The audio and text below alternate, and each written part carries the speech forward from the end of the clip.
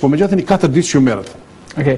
Akim Rahmani pyet se si do të bëhet çështja e vajzave të përjashtuara nga gjimnazi Frank Bardhi në Mitrovica, është një çështje që përsëritet, zoti Buja, që e kemi diskutuar shumë herë, mbulesa në shkollë. Është çështje kushtetuese, çështje ligjore, ju e dini që ka pasur një debat jo simpatik, domethënë bukur të vrash në Parlamentin e Kosovës, është vendosur si është vendosur, ne kemi ligjin tash për arsimin parauniversitar, dhe natyrisht kemi një udhëzim administrativ që i përcakton këto gjëra se si do duhet sjellur. Dhe natyrisht kjo uniform që koincidon me një uniform fetare, aktorisht nuk lejohet, ne do të bëjmë një punë që do duhet bërë që këtë udhëzim administrativ ta rishojmë konform ligjit të ri që është bërë tani më për arsimin parauniversitar dhe të shohim se mund të bëjmë diçka. Por megjithatë është shkolla laike dhe natyrisht që ato vajzat që donë të mbajnë uniformën ose atë veshje që kanë dhënjetime të tjera përveç shkollës publike dhe shkollës laike që kanë. Kështu që nuk po predikoj asgjë, ne do ta rishojmë sepse kemi obligim për ta ripa këtë udhëzim administrativ konform ligjit të ri që është nxjerrë dhe pastaj do të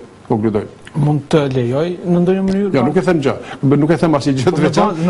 Në bazë të ligjit. Në bazë të ligjit, shkollat tonë janë laike. Janë shkolla laike dhe natyrisht që askush nuk duhet të asociojë në diçka që përngjet në një konfesion tjetër, sepse aty janë shkolla të hapura, publike dhe laike.